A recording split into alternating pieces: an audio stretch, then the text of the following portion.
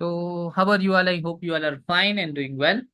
Today, we are going to have our first class of gender studies, and our class is about Introduction to Gender Studies, Syllabus and Preparation Strategies. That how to prepare this subject and what does its syllabus contain, include, and how to prepare. What are the tips and tricks through which you can prepare this subject in detail for your CSS। ठीक है, तो आज का जो हमारा lecture है वो इसी से मुतालिक है कि इसका सिलेबस क्या है, इसके सिलेबस में है क्या, और क्या ये आपकी इंटरेस्ट का सब्जेक्ट है या नहीं है, और अगर आपने इसको तैयार करना है तो फिर उसके तरीकेकार क्या है, बुक्स कौन से आपने यूज करने हैं, रिसोर्सेज ऑनलाइन कौन से आपने यूज करने हैं। इसी तरह एफपीएससी वालों ने जो सिलेबस और रिकमेंडेड सजेस्टेड रीडिंग्स दिए हैं वो कौन से हैं और किस तरह वो करने हैं, और इसके पास्ट पेपर्स किस तरह आप लोगों ने देखने हैं, हल करने हैं, और भी कई ज्यादा चीजें आज हम इस लेक्चर में डिस्कस करने वाले हैं। Let's continue. सबसे पहले इसका सिलेबस देख लें। I hope the screen is visible to everyone. Kindly let me know अगर आप लोगों को स्क्रीन सही से दिखाई दे रहा है तो मुझे बताएं, फिर कंटिन्यू करते हैं।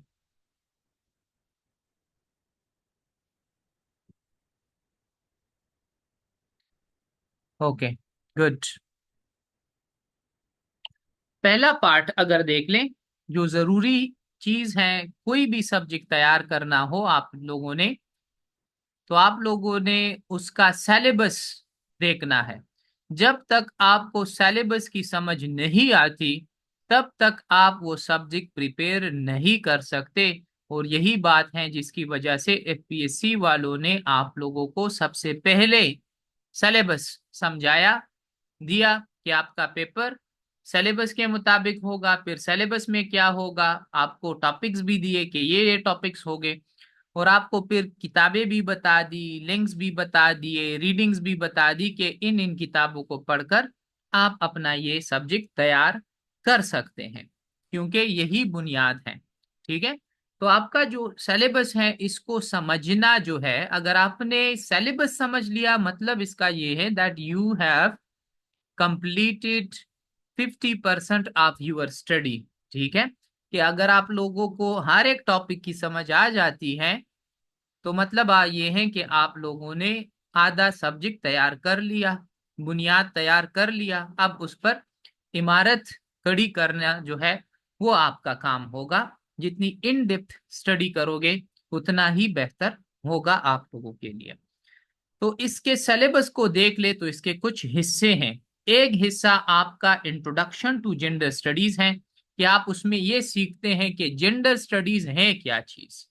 ठीक है, पहला पार्ट ये थियोरेटिकल पार्ट है, और ये इसमें आपको डिफिनीशंस बताई जाती हैं कि जेंडर स्टडीज क्या है, कहाँ से आया, कैसे डेवलप हुआ, और ये हमें क्या सिखाता है, क्या समझाता है, इसके फायदे क्या है, सिग्निफिकेंस क्या है, और रेलेवेंस इस दौर में इसका क्या है।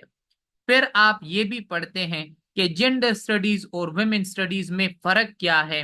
जेंडर स्टडीज मल्टी डिसिप्लिनरी है, तो किस तरह मल्टी डिसिप्लिनरी है, इसका मतलब क्या है, क्या हम इसको पॉलिटिकल साइंस में भी पढ़ते हैं, क्या हम इसको इकोनॉमिक्स में भी पढ़ सकते हैं, लॉ में भी पढ़ सकते हैं, लिटरेचर में भी पढ़ सकते हैं, सही, क्या हम इसको वुमेन स्टडीज में भी पढ़ सकते हैं, इसको हम सोशियोलॉजी में भी पढ़ सकते हैं, क्या इसका ये मतलब है या कोई और मतलब है, क्या बाकी सब्जेक्ट्स भी मल्टी डिसिप्लिनरी है या नहीं है। ठीक है, इसी के साथ अटोनमी वर्सेस इंटीग्रेशन डिबेट जो जेंडर स्टडीज में है, तो ये क्या है, अटोनमी क्या है, इंटीग्रेशन क्या है।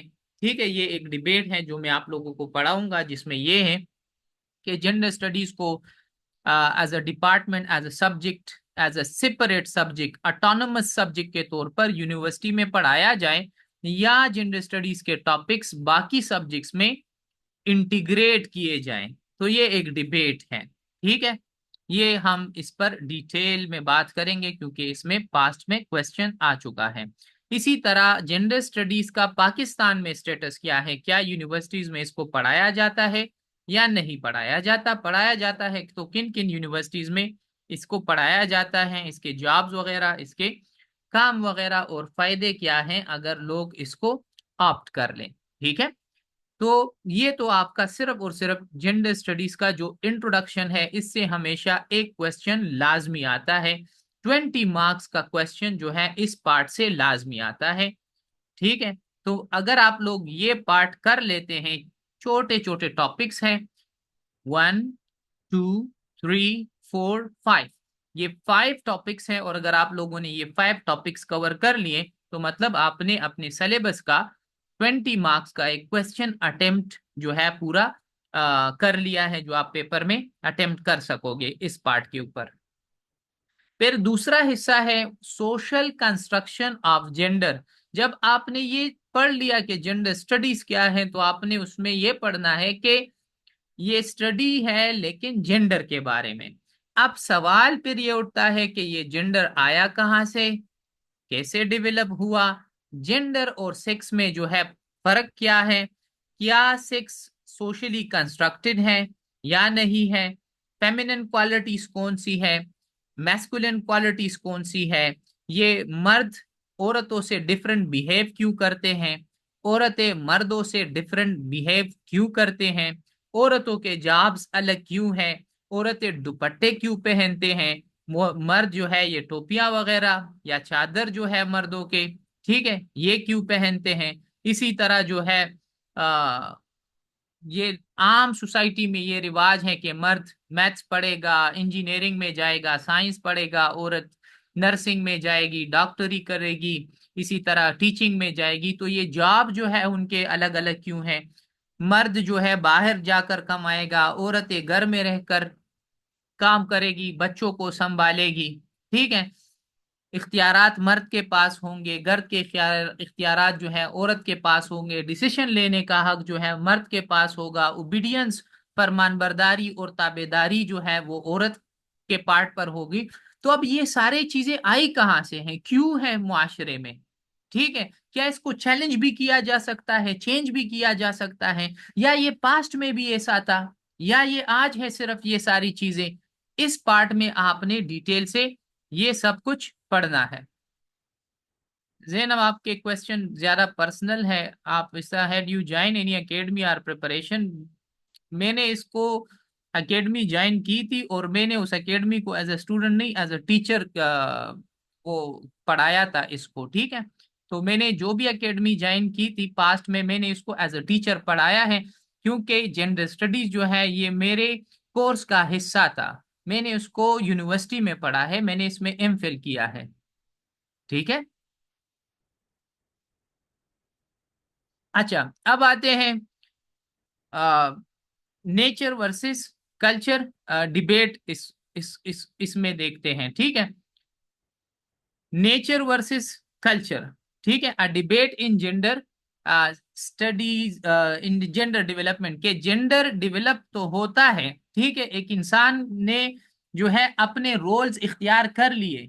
जैसे मैंने ये सोचा है कि मैं मर्द हूं, मैं मर्दों की तरह जो शलवार कमीज है वो पहनूंगा, मैं रेड कपड़े नहीं पहनूंगा क्योंकि वो फीमेल का है, या मैं पिंक नहीं पहनूंगा क्योंकि वो फीमेल का है, मैं मेकअप नहीं करूंगा क्योंकि वो फीमेल का है।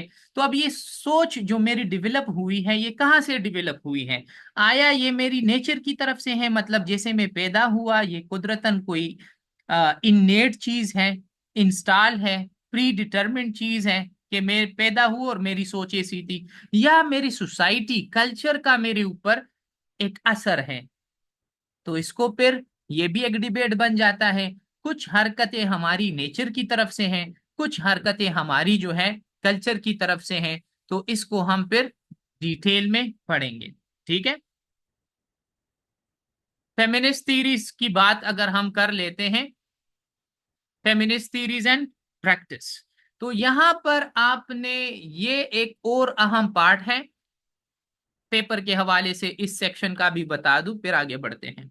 इस सेक्शन में अगर आपने ये 5 टॉपिक पढ़ लिए तो आपका 20 मार्क्स का एक और क्वेश्चन हो जाता है इस पार्ट से भी। अगर आप लोग पास्ट के पेपर्स उठा ले 2016 से ऑनवर्ड तो आपको इस पार्ट से एक ना एक क्वेश्चन जरूर जो है मिलेगा, और बड़े आसान आसान ये 2 पार्ट्स कवर करके आपके 40 मार्क्स हो जाते हैं। अब इसके बाद छोटे छोटे थीरीज हैं लेकिन बड़े अहम हैं, और इसको आपने एक दूसरे के साथ लिंक करके पढ़ना है। ठीक है, इसको हम कहते हैं फेमिनिज्म। फेमिनिज्म के थीरीज हैं, फेमिनिज्म के प्रैक्टिसेस हैं कि फेमिनिज्म क्या है, लिबरल फेमिनिज्म क्या है, रेडिकल फेमिनिज्म क्या है, मार्क्सिस्ट फेमिनिज्म क्या है, सोशलिस्ट फेमिनिज्म क्या है, साइको इनलिटिकल फेमिनिज्म क्या है, मेंस फेमिनिज्म क्या है, और पोस्ट मॉडर्न फेमिनिज्म क्या है। ये जो 7 थीरीज हैं इसको पढ़कर आपका एक क्वेश्चन और आपके पेपर का हो जाता है। इस पर अक्सर क्वेश्चन आता है, कभी कभार आपसे पूछा जाता है कि लिबरल और रेडिकल फेमिनिज्म में क्या फर्क है। बस आपने सिर्फ डिफरेंस बताना है, एग्जांपल्स देनी है एग्जामिनर को। कभी कभार आपसे पूछा जाता है कि सोशलिस्ट और मार्क्सिस्ट फेमिनिज्म में क्या फर्क है। कभी पूछा जाता है कि पोस्ट मॉडर्न फेमिनिज्म के बारे में। कभी आपको बता दिया जाता है कि तीन चारों को इकट्ठा जो है एक्सप्लेन कर ले और ये बता दे कि पाकिस्तान में कौन सा फेमिनिज्म जो है आप देखते हैं। ठीक है, फिर वो क्वेश्चन आपसे आपके क्रिटिकल थिंकिंग के ऊपर है कि आप आया पाकिस्तान में लिबरल फेमिनिज्म है, रेडिकल है, मार्क्सिस्ट है, साइको एनालिटिकल है, कौन सा है। फिर आपने एकेडमिक आंसर देना होता है एग्जामिनर को। लेकिन इस पार्ट में आपने फेमिनिज्म को डिटेल से पढ़ना है और फिर जो है इसके जितने भी टाइप्स हैं उसको पढ़ना है। छोटे छोटे थीरीज हैं, इतनी बड़ी बात भी नहीं है। अच्छा, एक और पार्ट जो है इसको हम कहते हैं फेमिनिस्ट मूवमेंट्स के। फर्स्ट वेव फेमिनिज्म क्या है, सेकंड वेव क्या है, थर्ड वेव क्या है, फोर्थ वेव ऑफ फेमिनिज्म क्या है, इसी तरह मी टू मूवमेंट क्या है, ये मेरा जिस्म मेरी मर्जी कहानी कहाँ से आई। ठीक है, और ये क्या चीजें हैं। ठीक, और पाकिस्तान में कौन सा जो है वेव चल रहा है, और इन तमाम के तमाम वेव्स का जो है हमारे ऊपर क्या असरात हैं, हमारी सोसाइटी के ऊपर क्या असरात हैं, और पाकिस्तान में आप फेमिनिज्म को किस नजर से देखते हैं, और कौन सा मूवमेंट जो है पाकिस्तान में आपने ऑब्जर्व किया है। आया ये फर्स्ट वेव है, सेकंड वेव है, थर्ड वेव है, कौन सा है। ठीक है, इसी के साथ जो औरतों के लिए पूरी दुनिया में यूनाइटेड नेशन के कॉन्फ्रेंसेस हुए हैं उसको पढ़ना है। ठीक है, और साथ में हर एक चीज के साथ हमने पाकिस्तान का टच देना है। जैसे मैंने कहा कि अगर आप रेडिकल और लिबरल फेमिनिज्म को डिस्कस कर रहे हैं तो अगर एग्जामिनर आपसे ना भी मांगे कि पाकिस्तान में कौन सा फेमिनिज्म है, आपने पेपर में लिख देना है। ठीक है, आपका हर आंसर कोशिश करे कि पाकिस्तान ओरिएंटेड हो, क्योंकि अल्टीमेट मकसद तो यही है कि हमने पाकिस्तान का एक इमेज पेश करना है और अच्छा इमेज पेश करना है। इसके अलावा हमारे पास एक और चीज है, वो है कि जेंडर एंड डेवलपमेंट। इस ये जो थीरीज हैं हमारे पास, और मजीद थीरीज हैं। ठीक है, इसको हमने फिर क्या करना है, पढ़ना है। लेकिन ये जो थीरीज या जितनी भी स्टडीज आपने थ्योरेटिकल कर ली, अब आपने इसको दुनिया में देखना है कि ये हकीकत में मौजूद भी हैं, इसके एप्लीकेशंस हमारे लाइफ में हैं। जैसे कि कॉलोनियल और perspectives, capitalistic perspective of gender क्या है, जेंडर पर कैपिटलिज्म का असर क्या है, कॉलोनियलिज्म का असर क्या है। इसी के साथ हमारे पास कुछ थीरीज हैं जिसको हम कहते हैं modernisation theory, world system theory, dependency theory, structural functionalism. अब ये सारी चीजें क्या क्या है और किस तरह ये हमारी लाइफ को इफेक्ट करती है। अब दुनिया में इंफॉर्मेशन टेक्नोलॉजी आया, ग्लोबलाइजेशन आया, दुनिया एक ग्लोबल विलेज बन गया। तो इसमें अब क्या हुआ, आया इसने औरतों को मर्दों को फायदा दिया, या जो है इसने औरतों और मर्दों को नुकसान दिया। क्या इससे औरतों की लाइफ बेहतर हुई या नहीं हुई। ठीक है, दुनिया में जो वर्ल्ड सिस्टम मौजूद है कि कुछ लोग अमीर ममालिक हैं, कुछ जो है गरीब ममालिक हैं और कुछ जो है दरमियाना किस्म के हैं कि न तो अमीर है और ना ही गरीब है। अब ये सिस्टम क्यों है और इस सिस्टम में मर्द और औरत को क्या फायदा दिया है इस सिस्टम ने, और इस सिस्टम की वजह से क्या नुकसानात आए हैं। ठीक है, जो हमारे पास स्ट्रक्चरल फंक्शनलिज्म है कि जो स्ट्रक्चर्स बने हुए हैं जैसे कि फैमिली स्ट्रक्चर है, ठीक है, माँ है, बाप है, भाई है, बहनें हैं, हस्बैंड है, बच्चे हैं।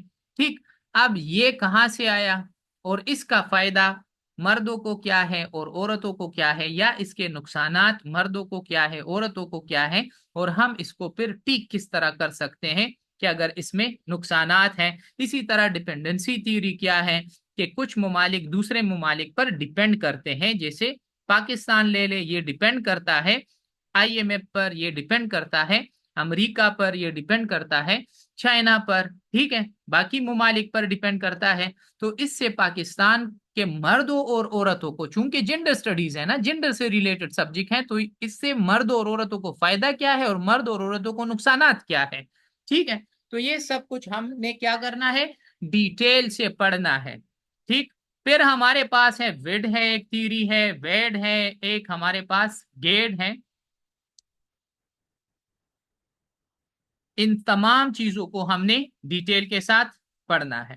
ठीक, ग्लोबलाइजेशन का असर क्या हुआ जेंडर पर, इसको भी देखना है। अब पाकिस्तान में औरतों का जो है स्टेटस क्या है, ठीक है, औरतों के सेहत का स्टेटस, सेहत का क्या हालात हैं, औरतों की एजुकेशन के हालात क्या है, औरतों की एम्प्लॉयमेंट के हालात क्या है, कानून औरत को किस तरह प्रोटेक्ट करता है। फिर हमारे पास है कि हमारे पास पॉलिटिक्स में कितने औरतें हैं, ठीक है, गवर्नेंस में ये लोग क्या किरदार अदा कर रहे हैं, उनके जेंडर इश्यूज क्या क्या है, कौन कौन से हैं। इस पार्ट में हमने इसको डिटेल से पढ़ना है। और जो औरतों के लिए कोटा सिस्टम बनाया गया है, चाहे वो जॉब्स में हो चाहे वो पॉलिटिक्स में हो, उसको भी हमने डिटेल से पढ़ना है। इसके बाद जेंडर बेस्ड वायलेंस जो हमारे पास इश्यूज मौजूद है कि जेंडर बेस्ड वायलेंस क्या है, इसके रिलेटेड थीरीज क्या है, वायलेंस अगेंस्ट वुमेन क्या है, फिर इसके फॉर्म्स कौन से हैं और किस तरह हम इस जेंडर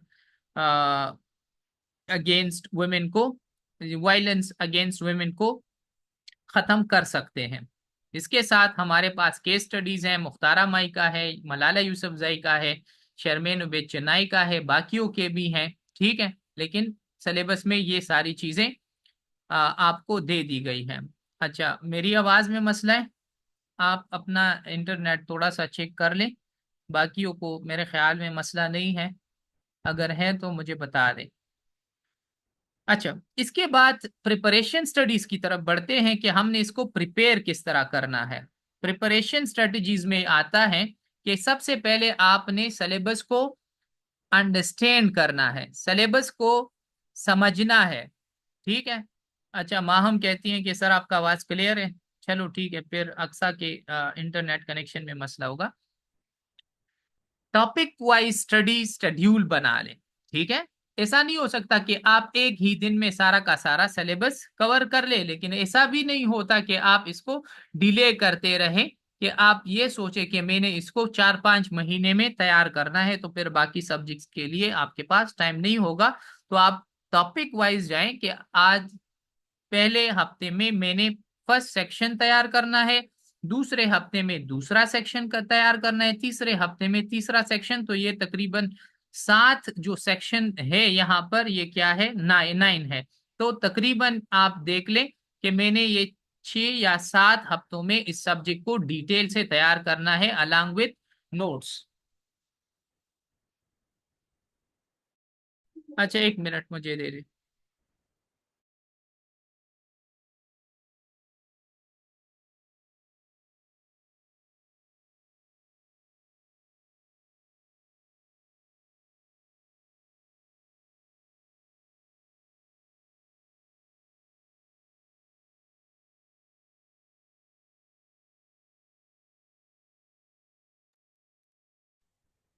अच्छा जी, आपने इस सब्जेक्ट के कोर कॉन्सेप्ट्स को डिटेल से पढ़ना है। और कोर कॉन्सेप्ट इसमें कोई अजीब चीजें नहीं है, बस यही फेमिनिज्म को पढ़ना है, वेव्स ऑफ फेमिनिज्म को पढ़ना है, जेंडर और गवर्नेंस को पढ़ना है, जो थीरीज मैंने बता दी है उसको पढ़ना है, केस स्टडीज हैं उसको पढ़ना है, पैट्रियार्की क्या है, मैट्रियार्की क्या है, फेमिनिज्म क्या है।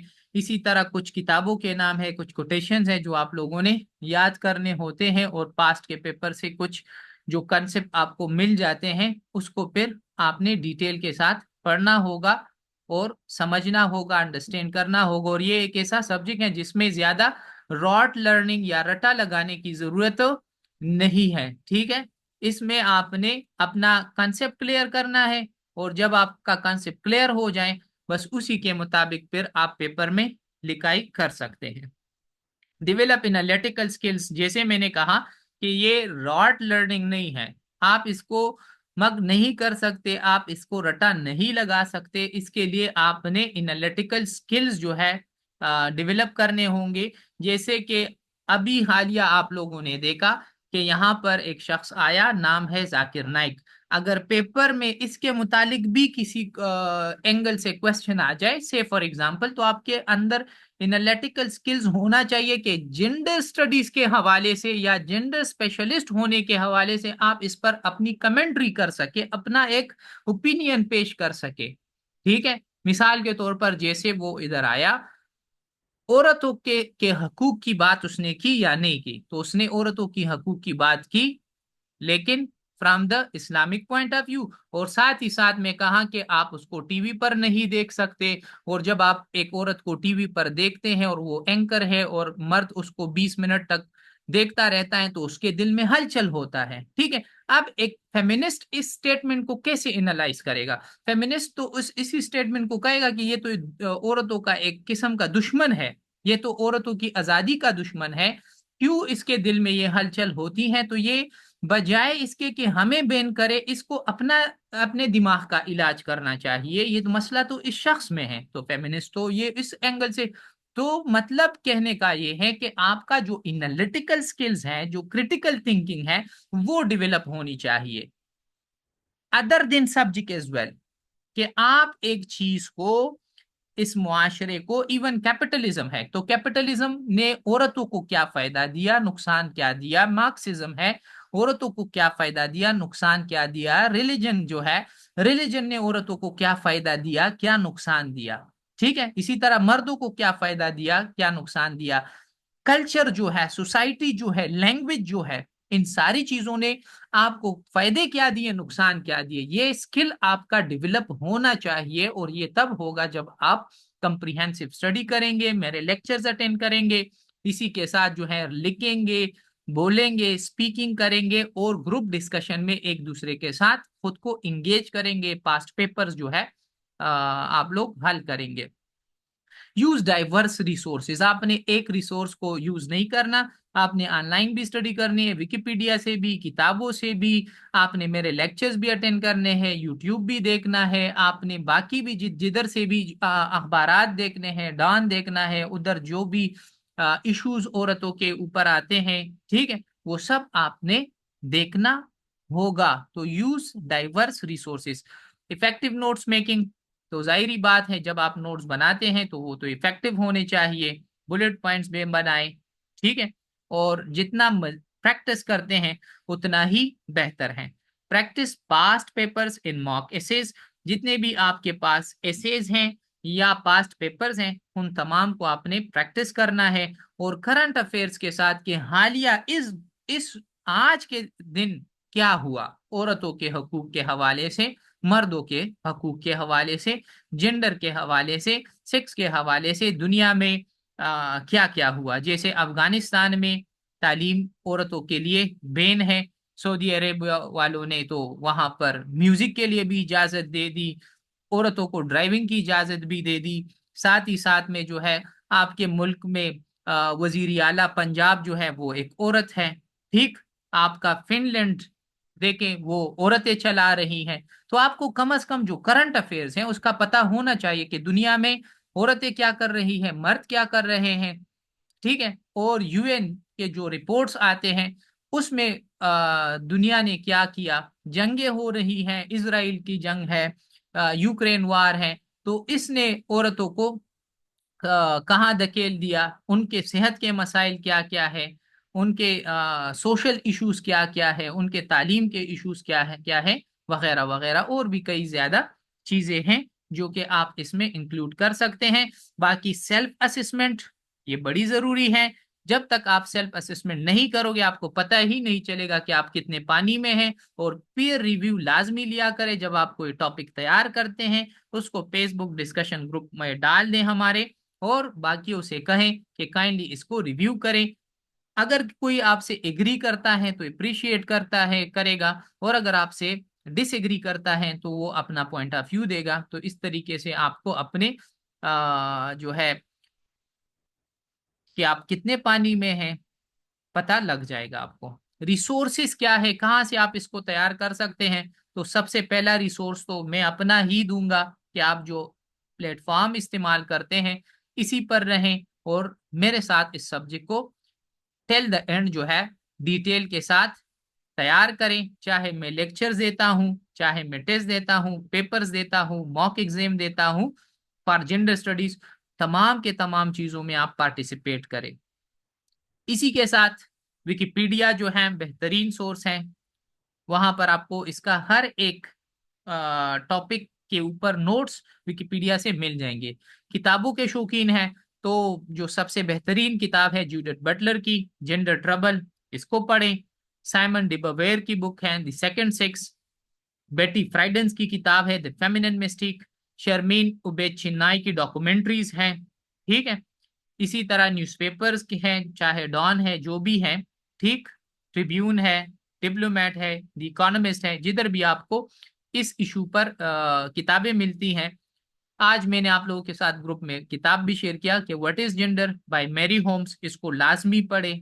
आसान अल्फाज में लिखा गया एक छोटा सा किताब है, 100-200 पेजेस का, तो आप इसको एक हफ्ते में पढ़ सकते हैं अगर रोजाना थोड़ा थोड़ा भी पढ़े। और अगर आप बिल्कुल भी कमजोर है, वीक है, और खुद को नहीं तकाते, तो फिर एक बुक है introduction to gender studies by world times, ठीक है। ये सिर्फ और सिर्फ सिलेबस पर्पस के लिए मैंने रिकमेंड कर दिया है। अदरवाइज पेपर अगर आप इससे तैयार कर दें और आप ये सोचते हैं कि इससे मेरे 60 65 70 नंबर आ जाएंगे, तो वो फिर आपकी खाम ख्याली होगी। जो मैंने बता दिया कि अगर आप अच्छे नंबर लेना चाहते हैं तो फिर जो ऊपर के रिसोर्सेज हैं सब ने आपने देखना है। और उससे भी बेहतरीन रिसोर्सेज आपको एफपीएससी वालों ने सजेस्ट किए हैं। ये तमाम के तमाम राइटर्स देखें, थ्योरीज ऑफ वुमेन है, introduction to theories of women studies and autonomy, ये सब कुछ, ये मैं आपके साथ रेनेट का जो आर्टिकल है वो भी शेयर करूंगा। इसी के साथ जितने भी ये छोटे छोटे आर्टिकल्स हैं, ठीक, ये देखे जूडिथ इधर भी लिखा है, इधर भी लिखा है, तो ये बुक ऑलरेडी मैंने सजेस्ट कर दिए हैं। इसी के साथ जो है आगे चलते हैं, फेमिनिस्ट थीरीज हैं तो इसके लिए अपनी किताबें हैं।